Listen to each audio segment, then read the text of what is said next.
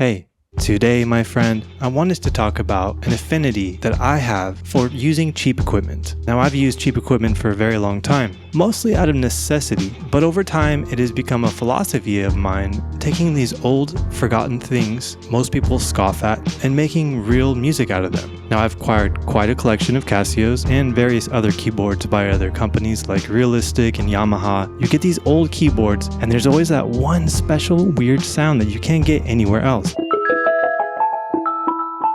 No plug-in from no expensive polyphonic synth that costs $4,000. Now, when it comes to gear, I've always liked waiting for it to come to me. I never had money to be able to just say one day, oh, you know what, I think I want to get a Juno. I just don't got it like that yet. But there's still things that I want to have in my studio, right? I still want to have a nice collection of various synths and keyboards that I can get cool tones out of. Well, by just being passionate about what I do and presenting it to the world in different forms, slowly, I've begun to manifest from the world all this random stuff. It happens all the time. It happened with Ruben in the DX27. It happened when I was driving down the street and I found this keyboard with my father. It happened when I got this text from my father.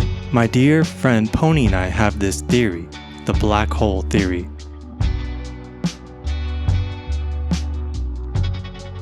When you really live this life, the musician's way, the artist's path, when you wear it on your sleeve, when you eat, sleep, and breathe your music, the world eventually takes notice, and the universe will begin to support you. You become a black hole for gear, and it's happened to me as I fully dedicated to this way of life, music.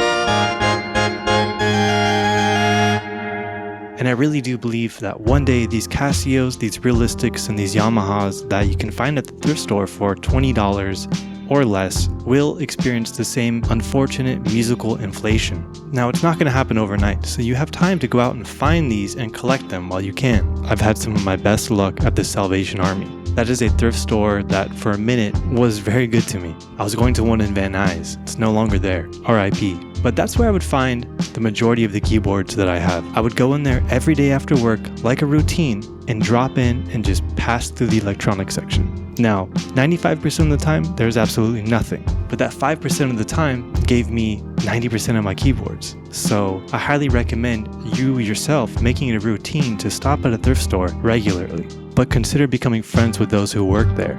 Think about it. You go in there, you chop it up, you talk to someone, you make their day, and you find out the details. What are the details? You say, when do the electronic stuff come in? That's how you can start. Now, over time, as you get to know this person much better, you can give them your number. Hey, if you see anything really dope come through here, shoot me a text and I'll come grab it. And give them something that makes it worth their while. Give them something that they can use, because they're going to be doing you a huge favor. If someone on the inside, they might call you one day and say, hey, there's this weird tape machine here. Do you want to check it out? Of course you want to check it out. Go check it out.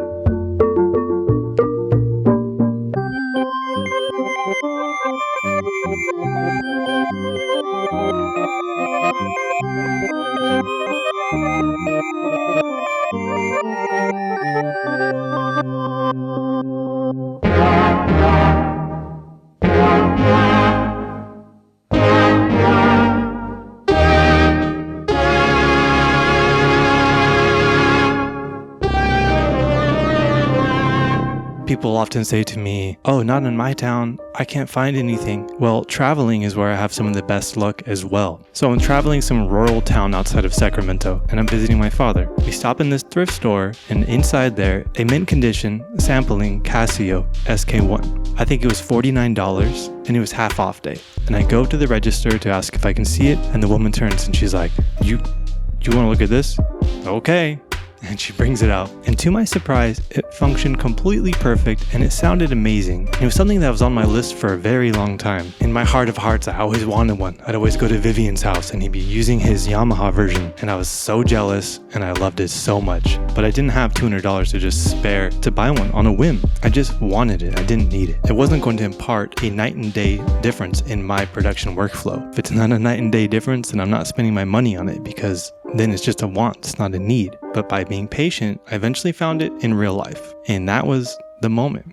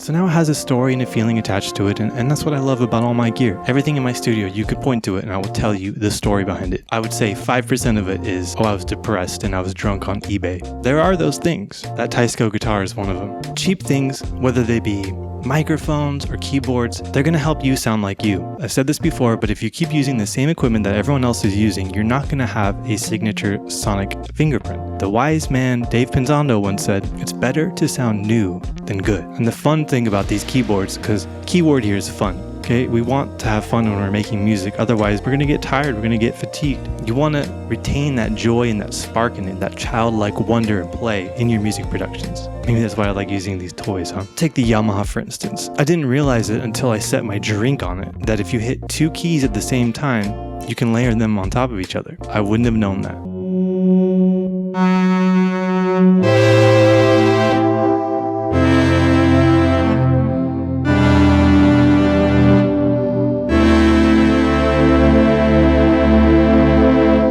Another thing that I really love about these keyboards is that they're battery operated. You can play these anywhere you want. You can find yourself in a place where, hey, I'm gonna bring this with me to the park. I'm gonna bring this with me to bed. I'm gonna bring this with me outside on the porch and write something new. It's so fun to take your music on the go.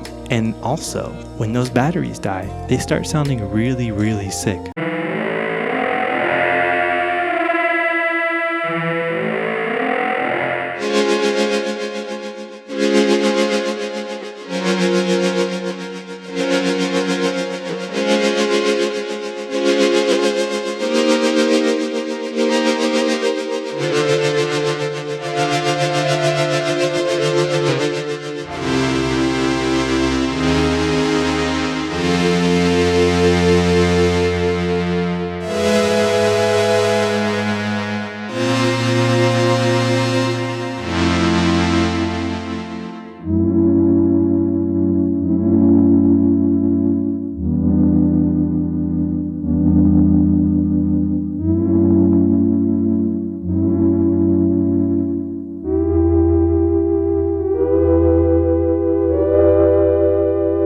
Something that I want to continue to express is that analog doesn't have to be expensive. You can find this stuff cheap. It's not just about the keyboards. You can find old mics, you can find old tape machines. Just by putting the word out there and talking to the right people, you're able to find the gear that you want.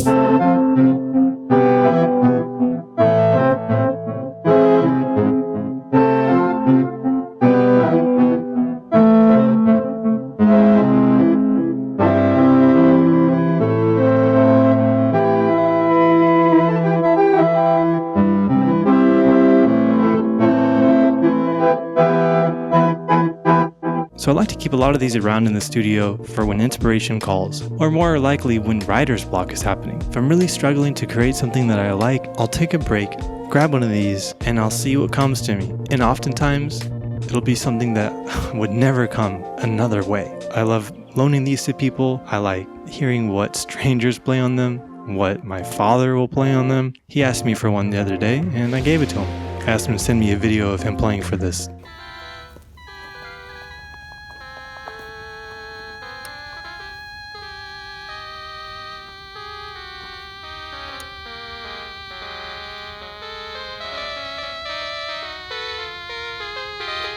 And as a keyboard player, these little tiny keys will bring something completely new out of you, because you're not in your usual comfort zone. People have their preconceived notions when it comes to mini keys, but I think that they unlock a new level of creativity in you, because you don't have the usual voices you can lean on. You now have to think differently, you now have less. And that inarguably breeds a different level of creativity. And the presets are limited, you only get a handful of choices, so it keeps you relying on your playing and your effects and your experimentation rather than endlessly clicking the next preset. I enjoy using these cheap instruments because they bring joy, they bring happiness to me. They have a sound that's just so characteristically them that you can't get it anywhere else.